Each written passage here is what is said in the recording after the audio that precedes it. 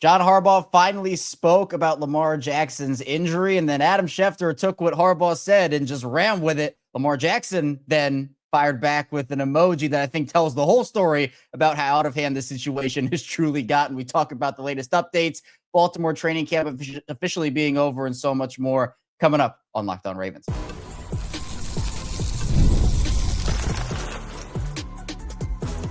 You are Locked On Ravens, your daily Baltimore Ravens podcast. Part of the Locked On Podcast Network, your team every day. You are Locked On Ravens. Welcome into the show. I'm your host, Kevin Oestreicher of Ravens Wire, here with you on the Locked On Podcast Network, your team every day. Thanks so much for being here, making Locked On Ravens a part of your day and your first listen each and every single day, free and available for you on all podcasting platforms, including in video form on YouTube, where you can like and subscribe to the channel, and in audio form where you can follow along and subscribe as well. 5 days a week here on Locked On Ravens, Monday through Friday. Plus, we have watch-alongs during games, instant reactions after games, Locked On Ravens Squad Show with Sam Njoku and former Ravens receiver Qadry Ismail. We have it all for you over here on Locked On Ravens with the Ravens coverage. And with us today to give us even more insight and everything going on with the Baltimore Ravens training camp officially over, it is Cordell Woodland of 105.7 The Fan. And Cordell, it's been a long few weeks of training camp. It's now officially done. And of course, it had to end with the biggest fireworks of them all, with Lamar Jackson going down. We heard John Harbaugh speak to you guys yesterday on Thursday about what was going on with his situation. And then Adam Schefter took it and ran. Lamar had a response. I mean,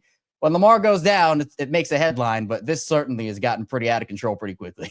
I mean, yeah, it has. What you expect, when you have your starting quarterback go down, especially in the case of it being a Lamar Jackson, one of those types of guys. I mean, this is along the same lines of Mahomes going down, Burrow, Allen, any of those guys is going to make headline news. And so, I totally get it. I mean, the Ravens season outlook looks totally different when Lamar Jackson isn't deemed to be healthy or deemed to be a guy that's going to be out there. So by all accounts, it seems like this is something minor, nothing that should impact even the start of the season for Lamar.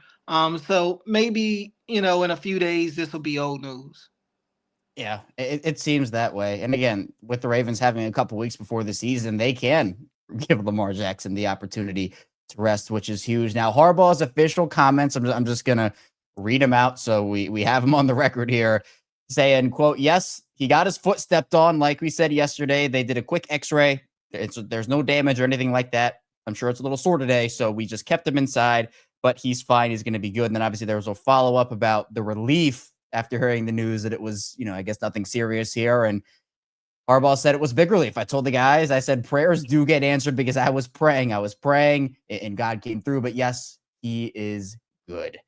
So from your vantage point, Cordell, what could you guys kind of see? Obviously, we had Qadry Ismail, who was out there with you on Wednesday when it happened. And he kind of said, yeah, it's kind of far away. Like you could see a guy walking in and you're like, who is that? And then eventually is, oh, hey, that's Lamar. From your point of view, what kind of went on in that sequence, in that moment? What could you see? What couldn't you see? How did it all go down? Yeah, I mean, it was a weird practice day in general. So you got Lamar, who was not having a good day throwing the football, even before he got knocked down. So, at that point, when you see Lamar struggling to connect on some of his passes, we're now transitioning to really, all right, locked in, I think a lot of us, on the results of these passes. So I can only speak for me. I mean, I'm watching where the ball went now because he's airmailed a couple of them. They've been inaccurate here and there. So I'm just looking to see the result of the play at this point. So he throws a ball, and I just happened to look back towards the line of scrimmage because I do like to look at Lamar after these plays. Sometimes he can be a little animated, especially if he doesn't get the result he's looking for. So I do kind of look to see what's going on. And I just happened to see two linemen going back there to pick him up. I recognize Ronnie Stanley being one of them, to pick him up off the ground. So my first thing is, like, who was dumb enough to knock Lamar Jackson down in practice. Like, what are we doing out here? So because I didn't see how he ended up there, so I'm assuming he got knocked down. But I didn't see how he ended up on the ground. I just see him getting picked up, and from there I see him seem like he's trying to walk it off. He is walking a little funny. He's kind of walking around in a circle because he's getting the next play in his headset. Guys are in the huddle. So picture him, as he's getting the play, he's standing outside the huddle. So he's using that time to kind of walk around in a circle, has a little limp to him. But I also see him, messing with his hand, messing with his wrist on his throwing hand a little bit. So he goes, gets another rep, and I just watch him the whole play. I'm just looking at him, and he seemed like he was okay. I didn't see him necessarily favor anything anymore. He ended up getting, I don't know the exact number, but I feel confident in saying it was about 3 to 5 more reps even after he got knocked down. One of them being a ball to LeJohntay Wester that was maybe about 30 yards or so up the field. Not the prettiest ball, but good placement. Really nice catch by LeJohntay Wester, who makes a diving play on the sideline for it. So I'm thinking, like I said, it wasn't the prettiest ball, but I'm looking at the distance. I'm looking at the ball placement. I'm like, all right, he seems okay. I don't see, he's still in, he's still practicing. And then he airmails one to Charlie Kolar, or maybe the Kolar one was the play right before Wester. I want to make sure I'm actually accurate on that, because everybody has got so much to say about this whole ordeal, as you can imagine. But yeah, I have after the deep ball to Wester, he throws a ball over the head of Charlie Kolar, and then his last rep is where he throws to Keaton Mitchell out of the backfield in the flats, and he's by himself, and this ball doesn't even make it to Keaton. It's just a terrible ball. And Lamar from there just chucks. He takes off his wristband off his left hand. He just chucks it. And that's kind of what I was talking about when you got to watch Lamar after some of these negative plays, because he can be animated. So he just chucks his wristband. And then, the twos come in. And Lamar's in the background with the rest of the team. And then out of nowhere, I see him walking in with the strength and conditioning coach. And then the team doctors go running in behind him. So, it's so much going on. And there was a distance that we saw it at an angle. And it was, I don't know how far away, but we're not right there. We're not on the field. We're on the side, and again, at an angle. And when you've got the whole offensive line, or really the trenches, making a pile around the quarterback, it's tough to see everything that's happening. You watch from the angle we watch at, you see multiple linemen backing up as they're blocking. You see the pocket starting to collapse a lot of times, but you can't tell how close he is to any of these dudes from our vantage point. So, yeah, I mean, that's about what I saw. And look, I know everybody's talking about, what is it, the wrist? Is it the foot? It's possible it could be both. And look, I'm purely speculating off of this. The Ravens have put out that it's him getting his foot stepped on that took him out of practice and caused him to not practice on Thursday. So, in my mind, look, again, I saw him hold his wrist, but that could be something to where, all right, his wrist is aching a little bit right there, and 10 minutes later, it's no longer bothering him anymore. Now the foot is the thing that's actually bothering him. Like, it's a lot. It's never just, as easy to say, oh, which one is it? We've all been hurt. We've all, it's which one hurts the most. All right, I banged my wrist and I hurt my knee, but my wrist is all right now, but my knee is still aching. It could be one of those things. It's tough to know, but I do feel confident in agreeing with them in the sense of, I don't think it's anything major. Yeah, and I feel like we would have heard about something by now if it was, and he was in jeopardy of missing a pretty decent amount of time. And again, we're not going to know. I mean, obviously the thing that will, I think, ease everybody's concerns is Lamar just back on the practice field. But again, we'll have to wait and see because the Ravens have a game coming up. Yeah, I mean, if he's not out there Monday, all right, now questions will be asked about it. I mean, and his foot could still be bothering him, but in my mind, all right, he misses Thursday, misses Friday, Saturday, and they don't have practice Friday. They got the game Saturday, no practice Sunday. They're back at it. Like, I would imagine he's back out there at some point next week. But if it's not Monday, no doubt about it, questions will be asked. Yeah, 100%. And Adam Schefter actually went on a segment on, well, it was all over the place on the ESPN NFL accounts and the whole 9 yards. And essentially, Adam Schefter went on air on NFL Live and said, quote, "It sounds like it was a little bit scarier than the Ravens led on. This is in response to John Harbaugh's update." And then he said, if it was anything that was nothing, he wouldn't have had to pray that Lamar Jackson's x-rays would turn out the way that they did. So this is not like, just to clear it up, this wasn't Schefter reporting that, oh, from what I'm hearing, it sounded, this was him speculating on what Harbaugh said, kind of piggybacking off of that. And then Lamar Jackson, actually, and you put this out literally right before we started recording, Cordell, he responded to the clip on Instagram, Lamar did, with a laughing emoji.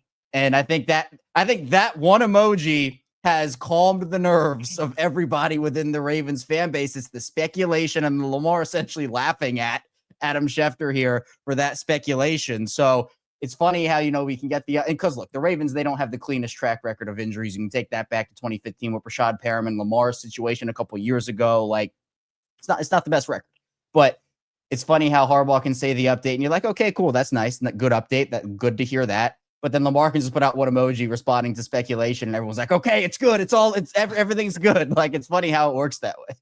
I mean, yeah, when you see Lamar laughing and, seeming lighthearted about it, it brings that level of calmness around people which, everybody's panicking. And that's what I would kind of say, with what Adam Schefter had to say. Like, again, like I said earlier, this is along the lines of all the best players in the league going down at the quarterback position.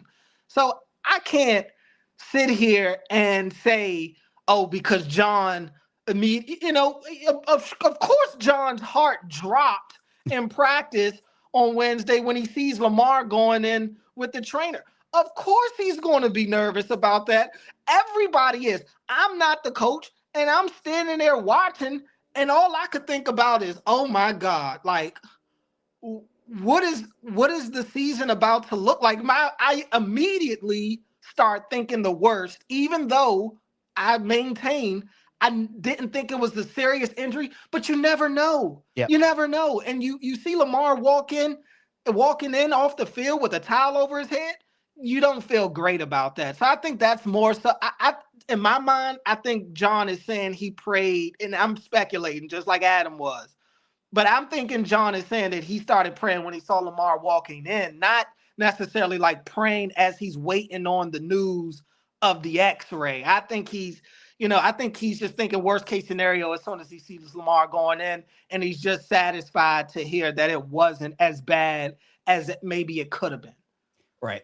And that makes a lot of sense. And again, it's just so interesting how in today's world, the speculation can lead to people thinking, oh, well, now John Harbaugh is being disingenuous with what he was saying. And again, we don't know. Like, still, everything will be resolved when Lamar's back on the field. When something happens in that regard, people will still be on edge. But yeah, everybody's going to be on edge when the star is going in, like you said, Cordell, and it's this situation where you don't really know what's happening in that moment. I mean, you can even kind of hear it with what Tylan Wallace had to say to you guys on Wednesday, where it's like, I didn't even really see what happened. Like, I was kind of running the plays and, we'll keep him in our prayers. And everybody was like, wait, keep him in what? Like, hold on a second. So again, Lamar has that gravity because he is the key cog that makes this team turn. Like, we understand that. But John Harbaugh's update was positive. Lamar Jackson's emoji was positive. Lots of positives going on here. And Lamar Jackson clearly, I don't want to say taking issue, but clearly wanted to get his side of the story out, even if it was just in emoji form. Coming up, though, in the second part of the show, Lamar Jackson's not the only injury the Ravens are dealing with. We'll get some updates on that and Cordell's insight and speculation. Plus, also some insights about other players who performed really well for Baltimore at training camp. So stay tuned. A lot coming up on the show.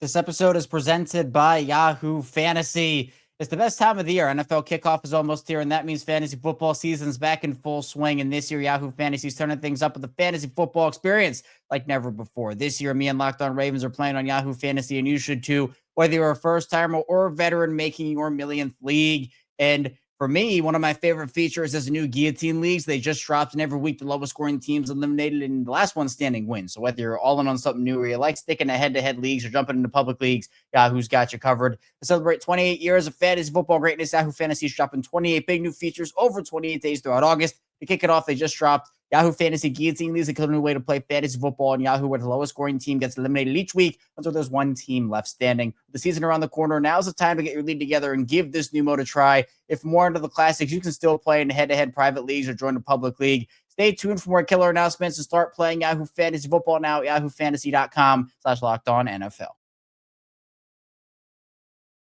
Back here on Locked On Ravens, Kevin Oestreicher, Cordell Woodland still breaking down all things Ravens. We talked about John Harbaugh's injury update on Lamar Jackson, Adam Schefter then taking that and running with it, and Lamar Jackson making sure he responded to that speculation. But Cordell, the injury situations for Baltimore, it's not just solely Lamar Jackson. Jaire Alexander has not practiced in nearly 2 weeks at this point. Now, there was an update on him from yesterday's practice, which I believe was a positive one when he's out working on the side field. John Harbaugh also gave updates on Patrick Ricard. What's kind of your feeling with the other injuries in Baltimore right now? Is there any one you're worried about, or do you feel like a lot of these guys have a shot to come back for week one? Because that's the messaging from the team right now, it feels like. Yeah, and it does seem to be trending that way.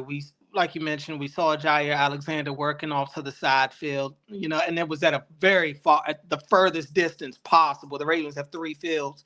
We're on one, and he's at the furthest one. So I did see him getting a workout out there. It looked like, by all accounts, when he was going inside, everything was fine. So I'm assuming that workout went well.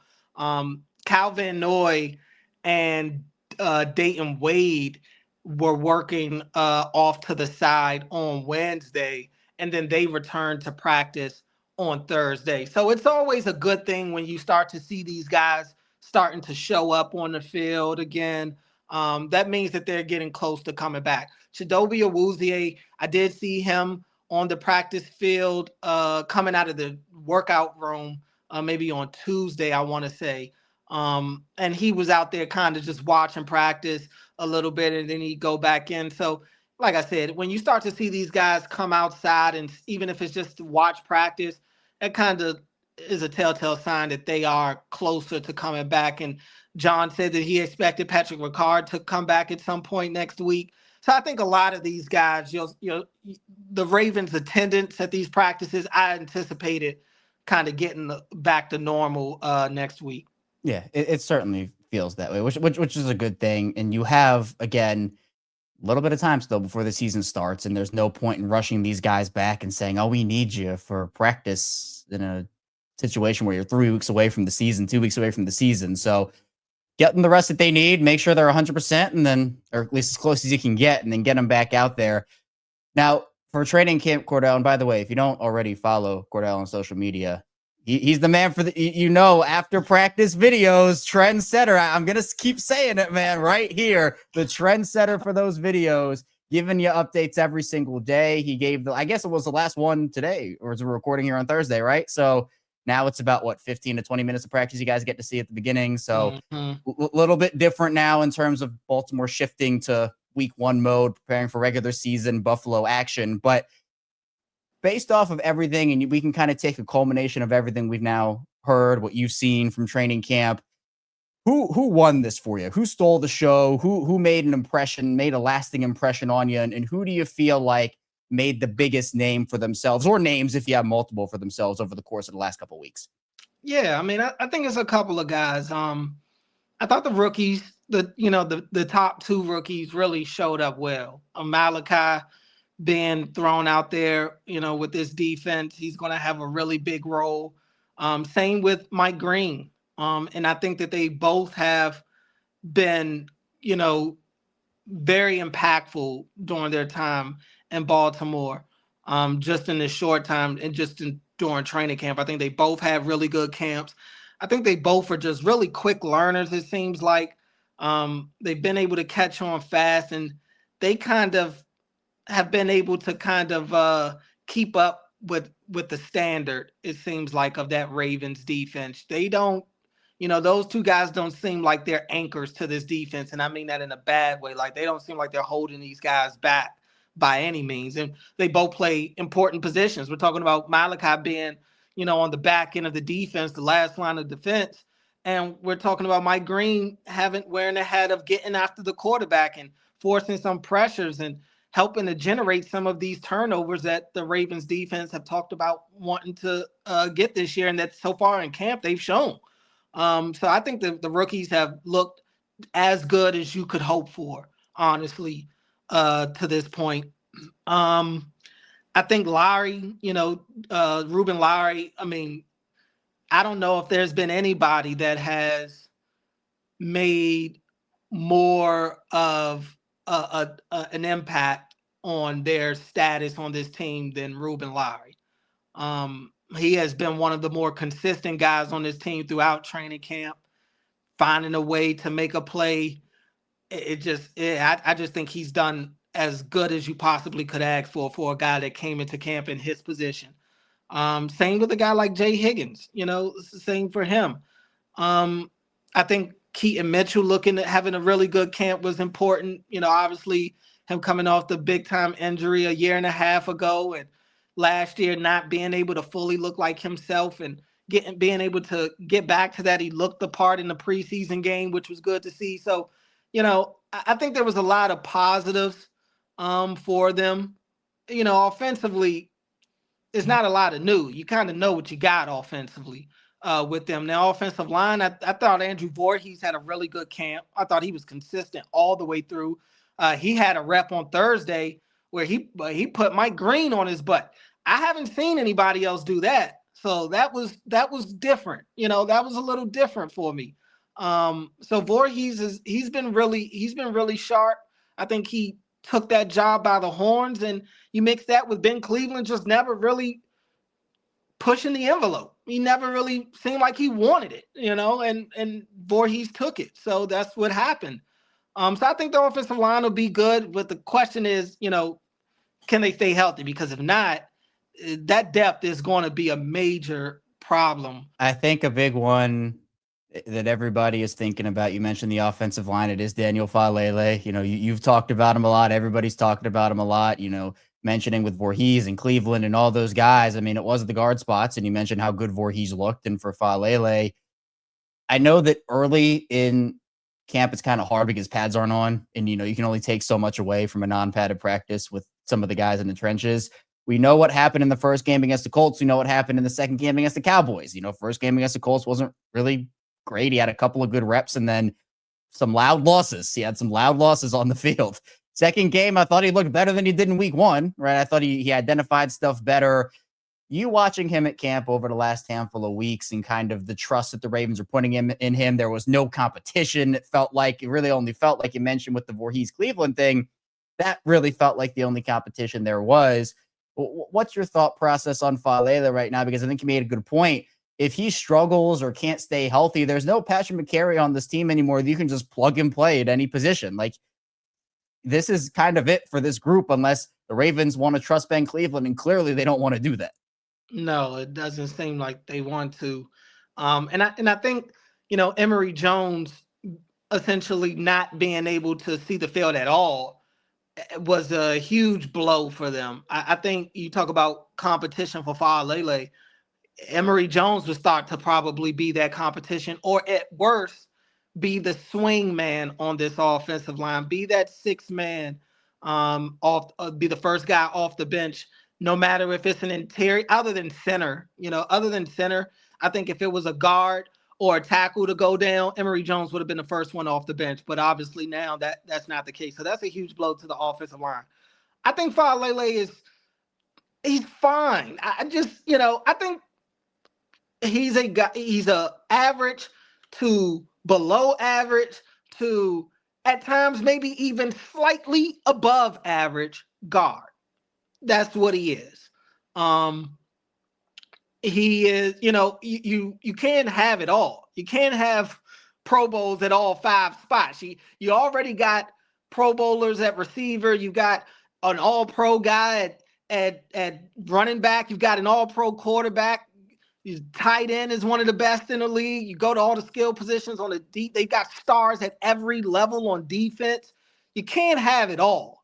And guard the Ravens have shown us that guard is a spot that they feel like they can, cut corners at us. And I don't even want to say cut corners, but that's where they feel like they can afford to get cheap labor at. That's where they want to play draft picks. That's where they want to, get some vets that have been on this team for a few years, like the Clevelands of the world. Or even if you want to go to these past years, John Simpson, who they got off the street for not a whole lot of money. Guys like McCary, who have been on this team forever. Ben Powers, like the list goes on. So, I think they've shown you how they feel about the guard spot and how they want to approach it. And so you end up with an average to slightly below average or slightly above average guard in Daniel Falele that is going to have some blooper reel low lights and is going to have some quiet highlights. I think that's the biggest issue with Falele. His wins aren't as loud as his losses. So the internet takes it and runs with it. But his good reps are solid good reps. He's a big man. So when he wins, he's not putting people on their butt the way that sometimes he ends up on his back in his losses. But he is, he can pick up a stunt every now and then. He did a good job with that in the Cowboys game. When he wins immediately, and it is quiet. He just stands the guy up. It's boring. You can't move him. You can't move him when he wins. So I think he'll be fine. I think the rest of the line is good enough to kind of hide some of those insecurities that you do have at some spots. And then you have Lamar and Derrick Henry to clean up the rest. And the thing with Lamar is that we know that with his escapability and the way that he plays the game, I mean, he can work out of some of those messes. And what you said with what the Ravens kind of have showed us at the guard position, they feel like Lamar can kind of mask that, which again, like you want to put the best talent you can around Lamar. But again, you're right. Like you can't have 53 all pros on the roster. So it's if your biggest qualms with the roster right now is a backup quarterback and a guard, I mean, I think you're in I think a lot of teams would want to be in that situation compared to where the Ravens are right now, or they might be. So coming up in the final part of the show, the Ravens, they do have a game coming up tomorrow against the Commanders, a little early game. We're going to talk about some of the guys that are fighting for roster spots or maybe fighting for bigger roles on this team. So stay tuned, a lot coming up on the show. This episode is brought to you by BetterHelp. These days, it feels like there's advice for everything: cold plunges, gratitude journals, screen detoxes. But how do you know what actually works for you? With so much information online about mental health and wellness, it can be overwhelming to figure out what's true and what will actually help. That's where talking to a licensed therapist through BetterHelp can make all the difference. You get real personalized guidance instead of just guessing based on something you saw on social media. And therapy isn't just for navigating major challenges. It's also about building positive coping skills and learning how to set boundaries. Having a trusted professional to talk things through with can help cut through the noise and keep you focused on what matters most. With over 30,000 therapists, BetterHelp is the world's largest online therapy platform, serving more than 5 million people. It's easy to fit into your schedule, just a click to connect, and you can even switch therapists anytime if you need to.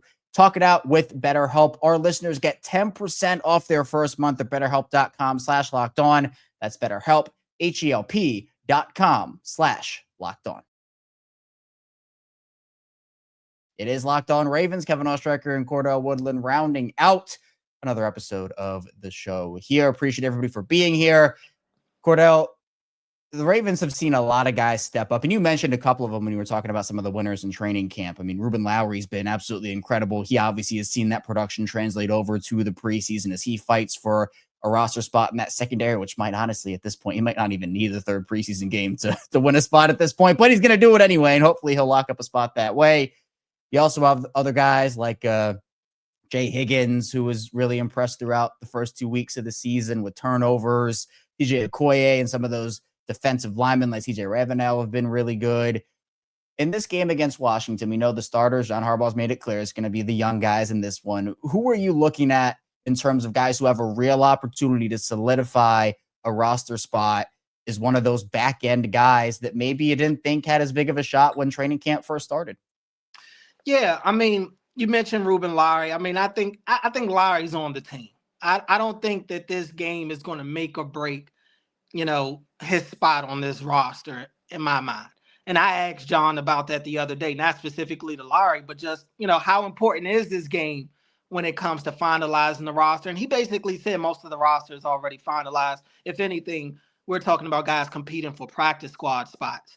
But I do think Ruben Lowry, it would be good for him to put a cap on the preseason, put a cap on training camp with a really good outing and against the Commanders.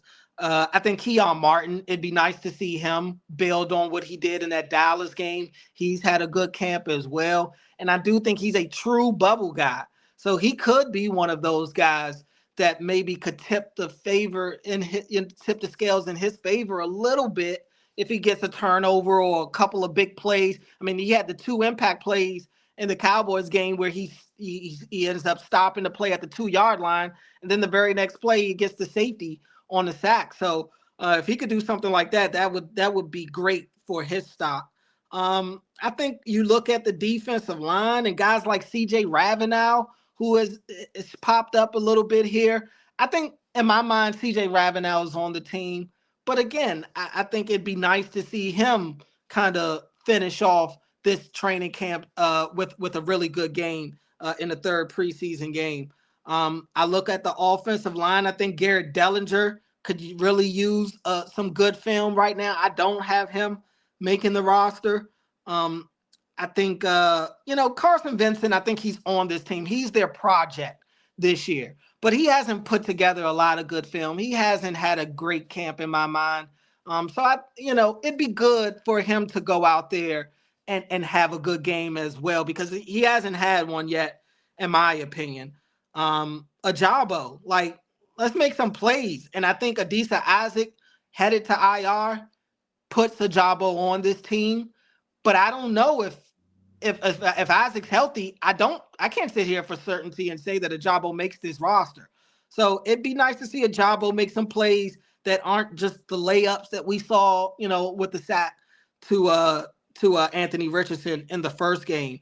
LaJohntay Wester, let's see a little more than we saw in that Cowboys game. His spot as the punt returner, I think, is solidified, but you'd like to see a little more from him as a receiver as well.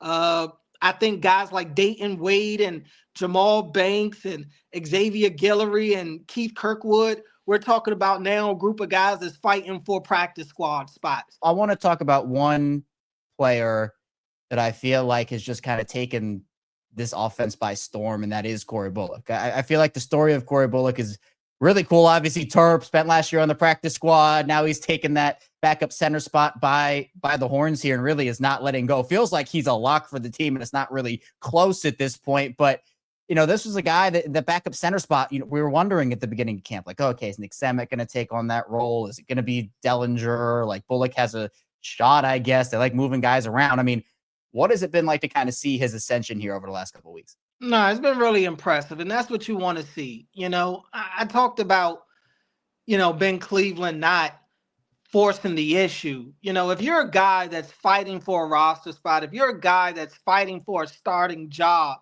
you got to take it, man. You got to put pressure. I would see Jaire Alexander, a guy that's not fighting for either of those two things right now. When he was out there, Jaire would be a guy that would get a rep in one-on-ones, let's say, against DeAndre Hopkins. And then 2 reps later, you see him cutting the line to get a rep against Rashod Bateman or Tez Walker or somebody. He set the tone with that stuff. He brought a different energy, and he just showed you he's a worker. Bullock is an awesome story. The Ravens honestly have a lot of those awesome stories. Feels like they've hit the jackpot with a lot of not only undrafted rookies this year, but first year, second year guys that are really making an impact and really ascending on that team. But Cordell, I appreciate you. Thank you for hopping on. Before I get you out of here, tell people where they can find you, what you're working on, and how they can get you and figure out everything that's going on. Yeah, man. I appreciate you having me. As always, you can follow me at Cordell Woodland on any social media. I'm pretty much on there. Except TikTok. I don't know why I'm not on TikTok, but I'm trying to figure it out too, man. I probably need to get on TikTok. Maybe that's my next project. But yeah, you could listen to 105.7 The Fan. Even if you're not here in Baltimore, you can download the Odyssey app. Check us out on there. I co-host the show on the station, The Fresh Take, with my co-host Ben Hall. You can hear us. I think we're about to switch over to Friday nights here recently coming up. So yeah, you could definitely listen to me on there as well. Awesome. Be sure to go support Cordell, go follow him, go listen. All the links in the description down below. And eventually when the TikTok comes out, Cordell, we'll get people on that one for you also. But I appreciate you. Thank you. And thank you to everybody who watched, listened today to Locked On Ravens. We'll be back here tomorrow. Obviously, we'll have the watch along live for game day, instant reaction, squad show, the whole 9 yards. Lots of Ravens coverage coming your way. Be sure to hit the like and subscribe button in video form, follow along in audio form, and I'll see you right back here soon on Locked On Ravens.